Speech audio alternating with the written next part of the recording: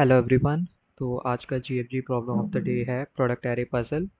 इसमें हमें एक एरे नम्स दिया है और हमें एक प्रोडक्ट एरे नम्स बनाना है जिसमें नम्स आई बराबर होगा सारे एलिमेंट्स के प्रोडक्ट के सिवाय खुद के।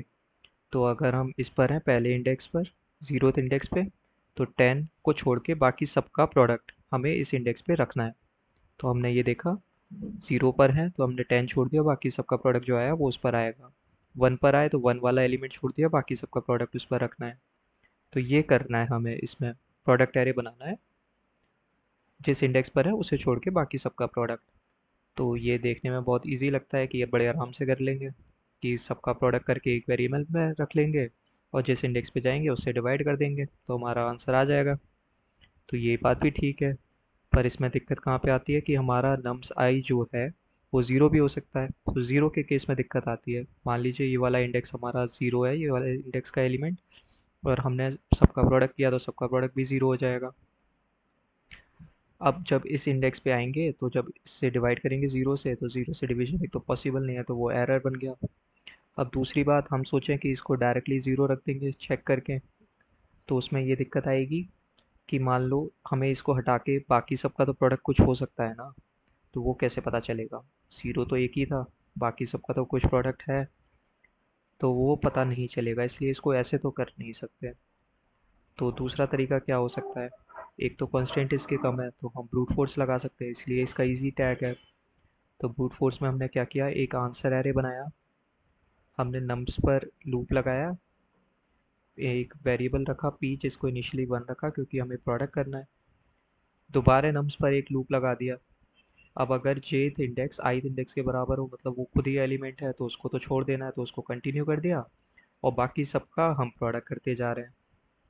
तो हमारे पास प्रोडक्ट आ जाएगा, वो हमने उस इंडेक्स पर रख दिया। तो ये तो ब्रूट फोर्स अप्रोच हो गई कि जो हमें बताया था वो हमने कर दिया, अभी वाला एलिमेंट छोड़ दिया, बाकी सबका प्रोडक्ट कर लिया और उस इंडेक्स पे रख दिया। तो ठीक है, ये भी चल जाएगा, ये सही है अप्रोच। पर अब मान लीजिए इसके कंस्टेंट थोड़े ज़्यादा होते, 10 की पावर 5 होता, तो दो लूप तो चलते नहीं। तो उस केस में क्या करें? तो उस केस में थोड़ा आगे बढ़ते हैं, थोड़ी हाई लेवल अप्रोच देखते हैं। तो उस केस में हम क्या कर सकते हैं? एक और तरीका ये है, अभी अगर हम किसी भी इंडेक्स पर हैं तो हमें क्या चाहिए? एक तो लेफ्ट साइड का प्रोडक्ट चाहिए और एक राइट साइड का प्रोडक्ट चाहिए, राइट साइड के एलिमेंट्स का प्रोडक्ट। तो उसमें हम ये कर सकते हैं कि एक लेफ्ट प्रोडक्ट एरे बना ले, एक राइट प्रोडक्ट एरे बना ले। एक में लेफ्ट साइड से प्रोडक्ट करते जाएंगे हर इंडेक्स पर, एक में राइट साइड से प्रोडक्ट करते जाएंगे। जिस इंडेक्स पर हम हैं उसके लेफ्ट और राइट वाला प्रोडक्ट ले लेंगे, उनको मल्टीप्लाई कर देंगे और इस पर रख देंगे। तो यही करना है हमें। अब देखते हैं कोड में कैसे करेंगे।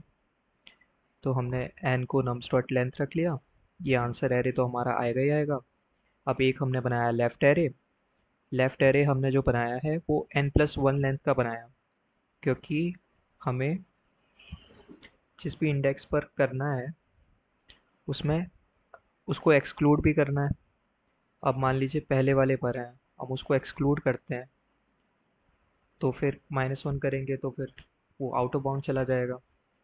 तो ये ना हो तो हमें एक एक एक्स्ट्रा एलिमेंट रखना पड़ेगा, इसलिए हमने एक +1 लेंथ का बना लिया। हमने पहले वाले को 1 रख दिया, जिससे आगे जब प्रोडक्ट करते जाएंगे तो कोई दिक्कत नहीं आएगी। अब हमने लूप लगाया n लेंथ तक। अब जो हमारा जो लेफ्ट प्रोडक्ट है वो एक आगे चल रहा होगा, तो लेफ्ट i+1, क्योंकि ज़ीरो तो रख चुके तो i+1, उसकी वैल्यू क्या होगी? लेफ्ट आई उससे पिछले पहले तक का प्रोडक्ट और नम्स आई का प्रोडक्ट, अभी वाले एलिमेंट का प्रोडक्ट।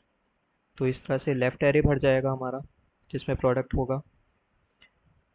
अब इसमें जिस भी इंडेक्स पर होंगे हम, तो वो जैसे ज़ीरो है तो वो एक्सक्लूड करके था, 1 इंडेक्स पर है तो उस पर नम्स ज़ीरो की वैल्यू होगी, नम ज़ीरो तक के प्रोडक्ट की। अब ऐसे ही राइट एरे बनाना है तो उसमें भी हमने n+1 लेंथ तक रख लिया।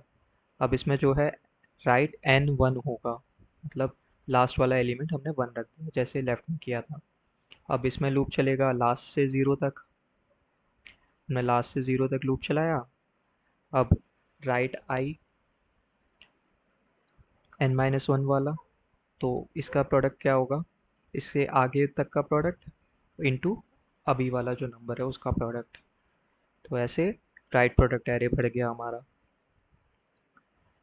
अब हमें आंसर निकालना है, तो आंसर बहुत इजी है। लेफ़्ट और राइट का अभी वाले जो इंडेक्स पर, जिस इंडेक्स पर है हम उसका लेफ़्ट का प्रोडक्ट और राइट का प्रोडक्ट उस नंबर को छोड़ के।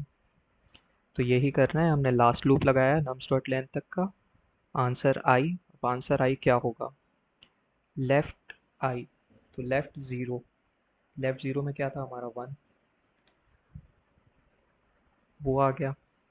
अब उसके, अब ज़ीरो वाले को छोड़ के बाकी सबका प्रोडक्ट करना है हमें। तो हम इसमें देख रहे हैं n-1 पे, तो n-1 का ही प्रोडक्ट है, तो हमें उससे एक आगे का चाहिए। तो हमने राइट i+1 तक का प्रोडक्ट इसमें मल्टीप्लाई कर दिया। तो ये जो अभी वाला नंबर था वो छोड़ के बाकी सारे नंबर्स का प्रोडक्ट हो गया।